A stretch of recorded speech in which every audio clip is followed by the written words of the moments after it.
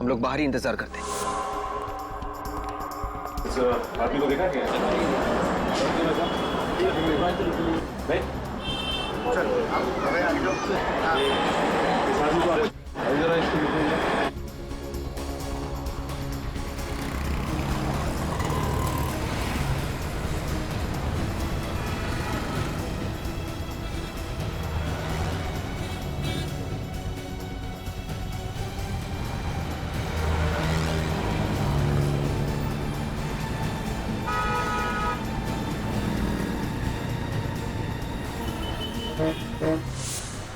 क्या हुआ निकल? कुछ पता चला? नहीं सर, उधर तो कुछ नहीं पता चला सर। कुछ पता नहीं चला। एक काम करो, वहाँ पे देखो। आओ। ये कैसा चश्मा बना के दिया है? सब कुछ धुंधला धुंधला नजर आ रहा है। कल गर्लफ्रेंड के साथ चलते चलते अचानक गिर गया मैं। कितनी बेइज्जती हुई मेरी। जो नंबर दिया था उसी का ग्लास बना के दिया है। धुंधला नजर आ रहा है तो इसमें मैं क्या करूं? नंबर बढ़ गया होगा तुम्हारा। मैं कुछ नहीं जानता। पूरे 10,000 रुपए दिए मैंने, समझे? मुझे मेरे पैसे वापस चाहिए। देखो अभी दुकान बंद करने का टाइम हो गया, तुम कल आके मिलना। कल आके मिलना? मैं तो बाद में देखूंगा। मैं भाई साहब, चश्मे खरीदना मत, यहाँ से कुछ मत खरीदना। आइए आइए आइए, क्या दूं आपको? स्पेक्स या सनग्लासेस? मेरी मानिए आप पे ब्लैक सनग्लासेस बहुत जमेंगे। हम लोग गॉगल लेने नहीं आए, बल्कि पूछताछ करने आए। पूछताछ करना? जी हाँ, एक खून के सिलसिले में पूछताछ करने आए हैं। खून? जरूर आप पुलिस या सीआईडी से होंगे। जी आपने बिल्कुल ठीक पहचाना, हम लोग सीआईडी से ही हैं।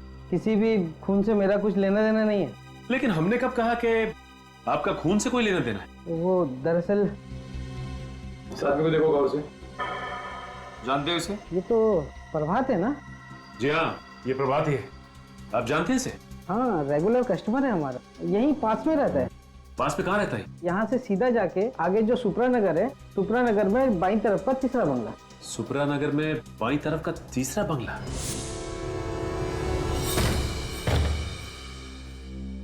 निखिल, अब तक हमें प्रभात की लाश नहीं मिली है। इस घर का कोना कोना छान मारो, यहाँ जरूर कुछ ना कुछ मिलना चाहिए।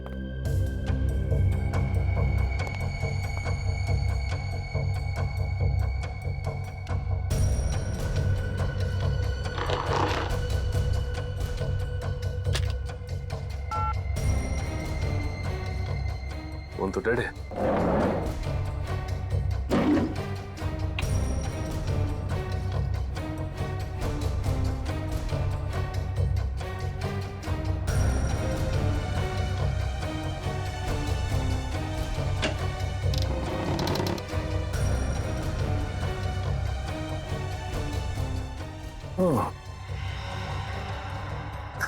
बच्चों का झूला और ये बच्चों के खिलौने।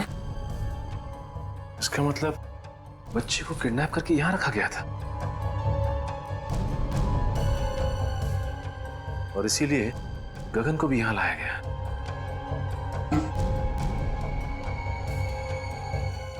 लेकिन एक बात समझ में नहीं आ रही कि वो पैसों से भरा बैग वहीं पे क्यों छोड़ के चला गया। शीशी में तो शायद ड्रग था। कहीं इसी ड्रग से गगन को बेहोश तो नहीं किया गया? ये ऐसा तो नहीं कि गगन ने सोचा हो कि पहले ये देख लो कि बच्चा सही सलामत है कि नहीं। मगर इस सारे फसाद की जड़ वो प्रभात की लाश अभी तक नहीं मिली। दया सर भी पता नहीं किस मुसीबत में फंस गए। भगवान करे सब कुछ ठीक हो जाए। सर ये देखिए सर, शीशी में शायद ड्रग था। सर हो सकता है गगन को इसी ड्रग से बेहोश किया गया हो सकता है। और ये देखो बच्चों के खिलौने, बच्चे को किडनैप करके यहीं पे रखा गया था दया सर के घर पहुंचाने से पहले। मगर सर इस बच्चे को दया सर के घर पहुंचा के किसी को क्या मिलेगा? मैं भी यही सोच रहा हूं कि किसी ने मासूम बच्चे को किडनैप करके उसकी मां से जुदा किया और फिर दया सर के घर पहुंचाया। लेकिन ये गिरी हुई हरकत कर कौन सकता है और इस हरकत के पीछे उसका मकसद क्या हो सकता है?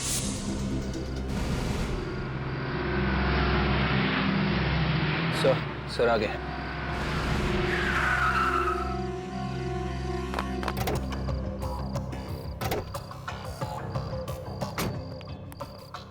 विवेक, वो बर्तन वाला आदमी अभी भी घर के अंदर है? हाँ सर, अंदर ही है सर। उसके साथ कोई और भी था या अकेला था? अकेला।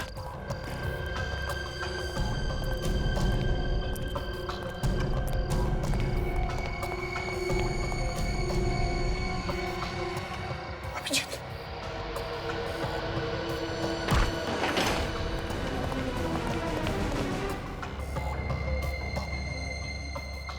घर का कोना कोना छान मारो, देखो कहीं पर चुप कर बैठा होगा वो।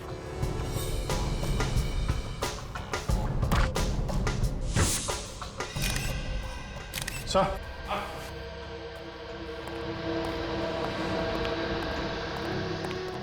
अभिजीत, मुझे तो ये हेमंत लगता है, दया का कमरी। देखो जरा।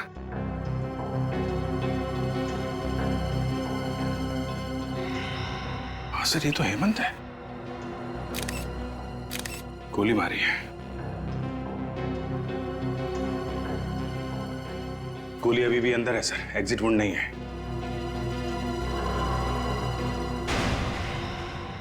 ये कौन है? अभिजीत, जरा पलटाओ इसे। माय गॉड, ये तो प्रभात है। मगर सर, प्रभात को तो दया ने वहां उस एनआरआई के बंगले पे गोली मारी थी, जहां पे हमें गगन की लाश मिली थी। वही तो अभिजीत, समझ में ये नहीं आ रहा है कि प्रभात को एनआरआई बंगले में मारा है और उसकी लाश यहाँ हेमंत के घर में। ये क्या हो रहा है? ये चक्कर क्या है? सर, इसके हाथों और गर्दन पे खरोच के निशान है सर। ये देखिए सर, शायद इसने अपने आप को बचाने की कोशिश की होगी।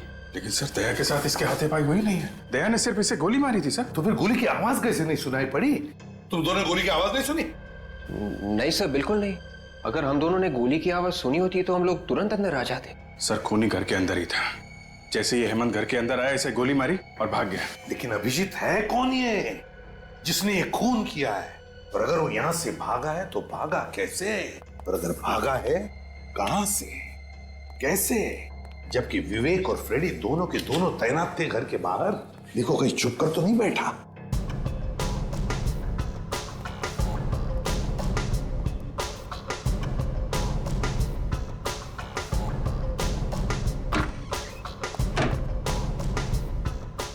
अभिजीत!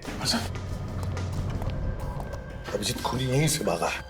My God! सर, हमें जल्दी से जल्दी खूनी को ढूंढना होगा, नहीं तो दया की मुसीबतें और बढ़ती जाएंगी सर। हाँ अभिजीत, खूनी को जल्दी से जल्दी ढूंढना होगा, जल्दी से जल्दी।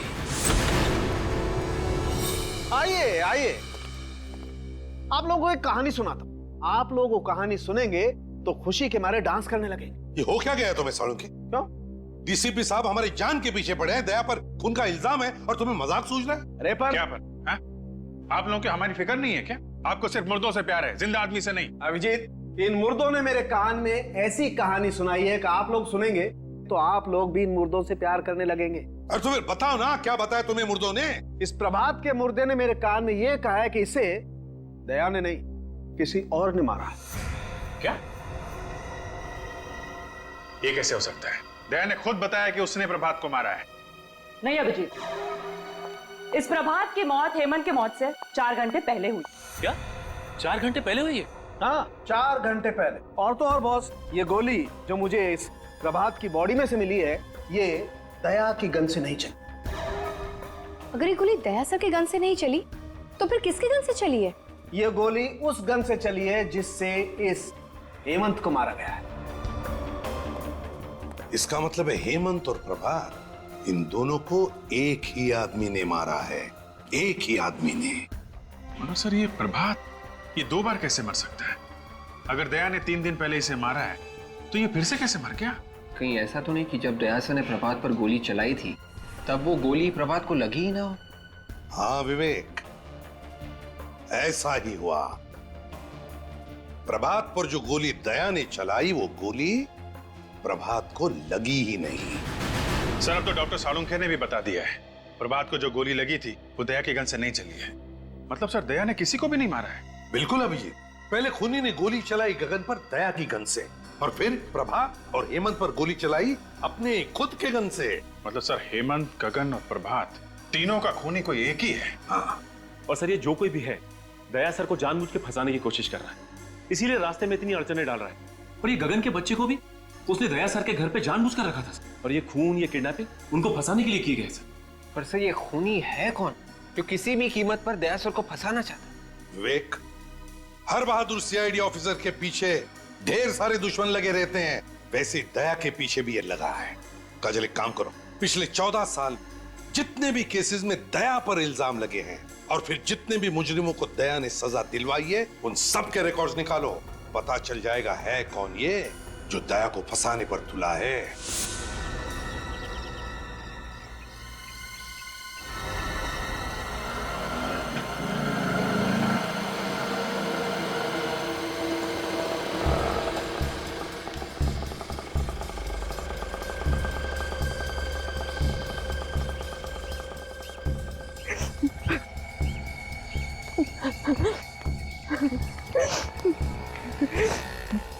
तो जब बेटा बड़ा सियाना गा के गाना है तुझे सुनाना।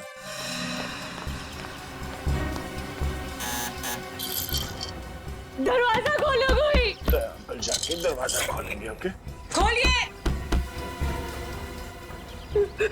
दरवाजा खोलो कोई प्लीज। कोई है? प्लीज दरवाजा खोलिए। आ रहा हूँ, एक मिनट। कहाँ है मेरा बेटा? आप यहाँ क्या कर रही हैं? मेरा बेटा कहाँ है? देखिए, मुझे नहीं मालूम कि आपका बेटा कहाँ है। देखिए सर, आप प्लीज मुझे मेरे बेटे से मिलवा दीजिए। उसको देखने के मेरी आंखें तरस रही है सर। वो यही है ना? आप मेरी बात का यकीन क्यों नहीं करती? आपका बेटा यहाँ पर नहीं है। सर आप जानते हैं मेरा बेटा कहाँ है, क्योंकि जब मेरे पति की मौत हुई थी तो उस वक्त आप वहीं पर थे ना। आप जानते हैं ना मेरा बेटा कहाँ है? आप मेरी बात का यकीन क्यों नहीं मान रही है? हाँ, मुझे नहीं मालूम आपका बेटा कहाँ है। सर वो मेरी जिंदगी है, उसके बगैर मैं एक पल भी नहीं रह सकती सर। प्लीज मुझे बता दीजिए। आई एम वेरी सॉरी, मैं आपकी कोई मदद नहीं कर सकता। तो फिर मेरी मौत की जिम्मेदार भी आप ही होंगे। मैं अपनी जान दे दूंगी यहीं पे। मैं यही अपनी जान दे दूंगी। अब ये क्या पागलपन? सीआईडी आपके बच्चे को ढूंढ रही है और बहुत जल्द सही सलामत आपके बच्चे को आप तक पहुंचा देंगे। आप एक आदमी है ना, आप क्या जानेंगे एक माँ की ममता क्या होती है। अगर मेरा बच्चा इसी वक्त मुझे नहीं मिला तो मुझे खुद नहीं पता मैं क्या कर जाऊंगी। मैं सर प्लीज मेरा बेटा मुझे वापस दे दीजिए सर। ये आप क्या करिए प्लीज प्लीज सर। आप पहले उठिए। मेरा बेटा वापस दे दीजिए आप। देखिए प्रीति जी, आपका बच्चा सही सलामत है, ठीक ठाक है मेरे पास। मेरा बेटा आपके पास ही है ना? मैं उसको मिल सकती हूँ अभी? आइए मैं दिखाता हूँ। जी चलिए चलिए। मानत, मेरा बच्चा। भगवान का लाख लाख शुक्र है कि तुझे कुछ नहीं हुआ। सर आपका ये एहसान मैं जिंदगी भर नहीं भूलूंगी। आप वाकई में बहुत अच्छे इंसान हैं। अब मुझे यकीन हो गया मेरे पति का खून आपने नहीं किया। मैंने आपके पति को नहीं मारा। वैसे बहुत जल्द हम लोग आपके पति के खूनी को ढूंढ लेंगे। मुझे मेरा बच्चा मिल गया है, मुझे और कुछ नहीं चाहिए। आप अपने बच्चे के साथ खेलिए, मैं तब तक चाय लेके आता हूँ आपके लिए।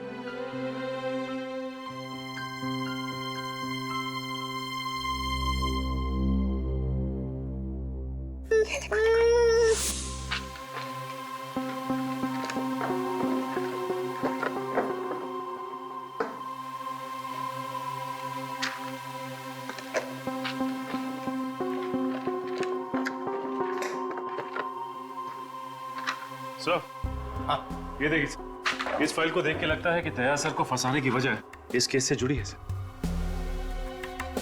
ये केस? सर ये तो वही केस है जिसमें दया ने आत्महत्या करने की कोशिश की थी।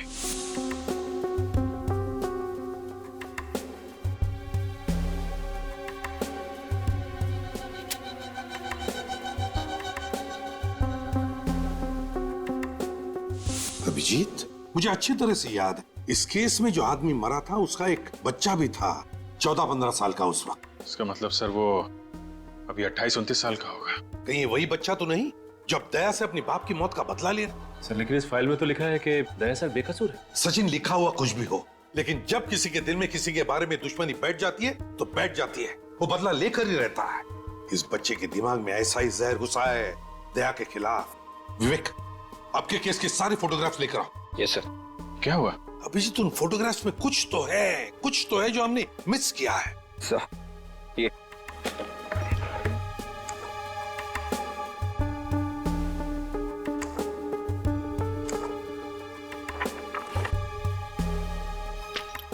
ये देखो, ये देखो, है ना? इसका मतलब सर? इसका मतलब है अभिजीत, दया को फंसाने में किसी एक का हाथ नहीं बल्कि और भी लोग मिले।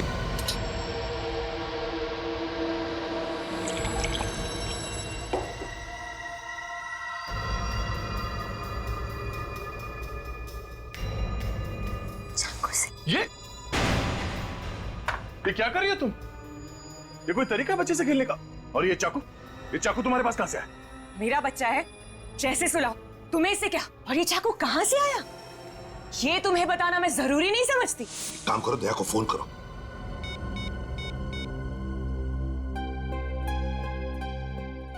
क्या हुआ? सर, दया का फोन बंद आ रहा है। दया का फोन बंद आ रहा है? मगर दया का फोन कभी बंद होता ही नहीं। वही तो। कहीं दया सर किसी तरह की मुसीबत में तो नहीं फंस गए? अभिजीत, इसी वक्त दया के घर चलते हैं। ये चाकू मुझे दे दो, बच्चे को चोट लग जाएगी। पीछे हटो। पागल हो गई हो क्या तुम? चुप हो जाओ वरना। देखो, मानत को कुछ मत करना, तुम समझी? तुम इसकी माँ हो और मैं इसकी माँ। मैंने इसको जन्म दिया है और मेरा पूरा हक है इसको मारने का। तुम अपने बच्चे को मारने की बात कर रही हो? एक माँ होकर तुम ऐसी बात करेगी?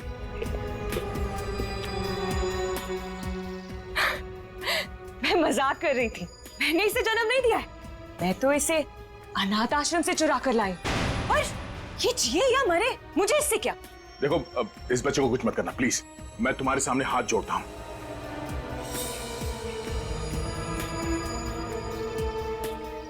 मैंने तुमसे कहा, मैं तुम्हारे सामने हाथ जोड़ता हूं। देखो, एक हटो।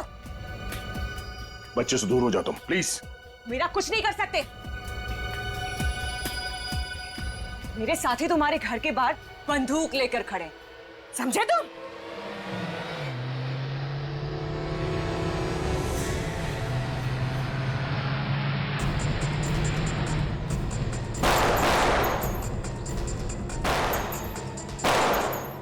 ये लोग कौन फायर कर रहे हैं सर? दोनों के अभिजीत, लगता है दया को बताने वालों में सही है।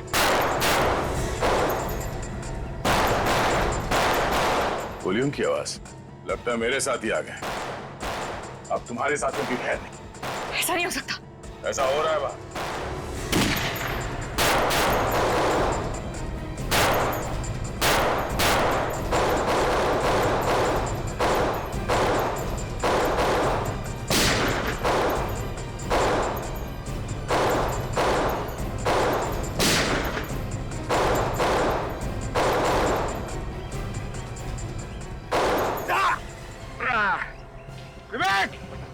विवेक, तुम ठीक तो हो? गोली चूक कर निकल गए। आप मुझे कवर दो, मैं पीछे से जाता हूं सर।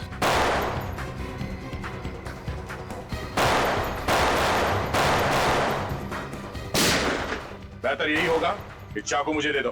नहीं। प्रीति, ये चाकू मुझे दे दो। नहीं दूंगी मैं। पीछे हटो।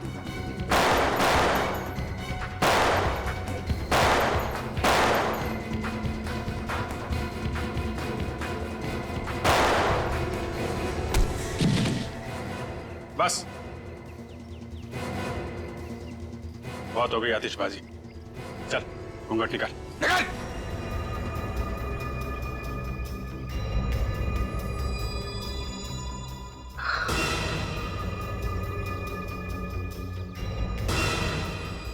जतिन, माला, तुम लोग? तुम्हारे पास और कोई रास्ता नहीं। ये चाकू मुझे दे दो। पीछे हटो तुम। मान लो दया की बात और दे दो अपना चाकू।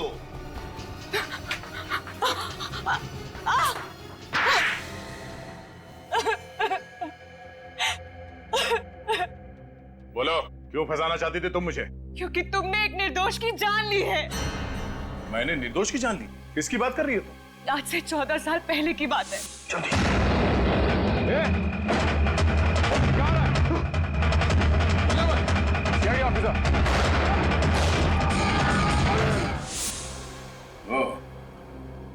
महेश की बेटी?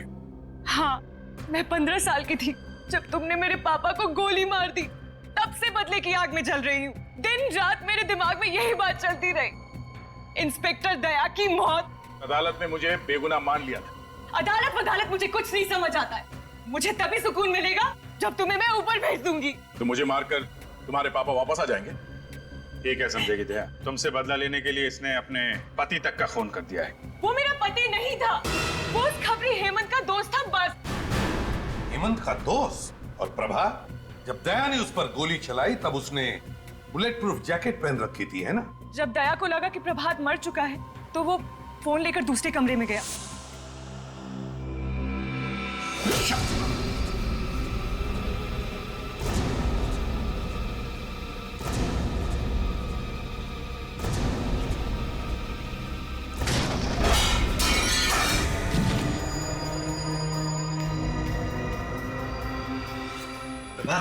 जाओ, काम खत्म।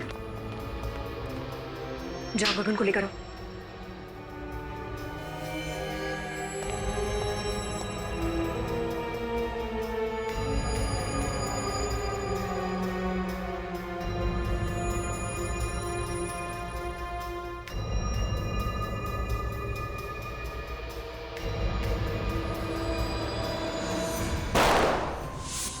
उस दिन तुम्हें बेहोश करने के बजाय मैंने मार दिया होता तो मेरा बदला पूरा हो जाता। हाँ, बदला पूरा हो जाता शायद, मगर मैंने तुम्हारे और प्रभात के घर के फोटो देखे और तुम्हारे घर के फोटो में वही बच्चे का खिलौना देखा जो प्रभात के घर में भी था।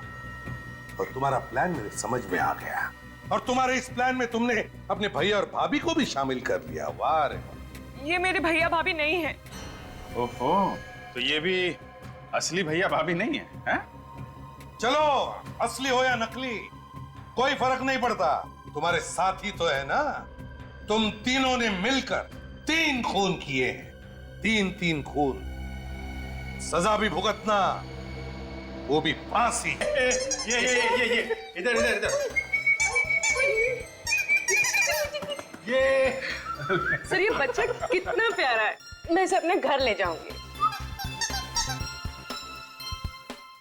हाँ, इसके बारे में तो सोचना ही पड़ेगा, इसे कहाँ लेके जाना है। मैंने सोच लिया सर, ये बच्चा कहाँ जाएगा।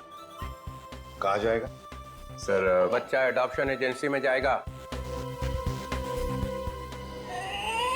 Adoption agency? हाँ, एडॉप्शन एजेंसी। मगर सर, बच्चा तो दया के पास जा रहा है सर। एक्चुअली दया के इतना अटैच्ड हो गया इस बच्चे के साथ कि उसके बगैर जी नहीं सकेगा सर। हाँ सर, और ये बच्चा भी दया सर के बिना रह नहीं सकता। ओह, मैं कहाँ आ गया हूँ? CID bureau. ये ब्यूरो है? जी हाँ। मुझे तो लगा मैं किसी आश्रम में आ गया हूँ जहाँ पे प्रवचन चल रहे हैं। सर, सच बात आपको प्रवचन लगी? मैंने तो सिर्फ इतना कहा था कि इस बच्चे से दया को लगाव हो गया है। इसका मतलब है हर केस के आखिरी में यही होने वाला है। जो कोई बच गया सीआईडी को उससे लगाव हो गया। दया सर ने इस बच्चे को बहुत प्यार से पाला पोसा है सर। ये इस बच्चे को 1 मिनट के लिए भी अपनी निगाहों से ओझल नहीं होने देते सर। मतलब दिन रात बच्चे को देखते रहोगे? हाँ सर। और काम कौन करेगा? तुम इसके लिए खाना बनाओगे, अभिजीत इसकी चड्डी बदलेगा, विवेक चड्डी धोएगा, और ये पूर्वी ये इसे थपथपाएगी, और जब ये सोएगा नहीं तो एसीपी साहब दादाजी उसको लोरियां सुनाएंगे। सीआईडी चलानी है तो दिल पत्थर का होना चाहिए, समझे? पत्थर का। चलो लंगोट कस लो, काम पे निकलो। लाओ ये बच्चा इधर दो। Sir please. सर, ये बच्चा मेरे साथ जाएगा sir. Please sir, don't be so cruel. ये बच्चा मेरे जीने का मकसद है सर। अरे कोई है क्या इधर? ये आंसू निकल रहे हैं। ये आंसू बहते तो बहने दीजिए सर। एक बाप से उसके बच्चे को छीन लिया जाए तो उसका गम क्या होता है, शायद आपके समझ के बाहर है सर। तो जिसके नाम से अपराधी थर थर कांपते हैं, उस इंस्पेक्टर दया की आंख में आंसू। सर प्लीज, सर माना, हम लोग दिन रात अपराधियों से उलझे रहते हैं, लाशों और मुर्दों की बातें करते हैं, लेकिन अभी भी हमारे अंदर का इंसान मरा नहीं है सर। मैं ज्यादा देर यहां रहूंगा तो सन्यासी बन जाऊंगा। चलो बच्चा इधर दो, इधर दो। बच्चा पालने चले हैं। अरे तुम लोगों की जिंदगी का कोई भरोसा है? कब गोली चलेगी, कब मर जाओगे?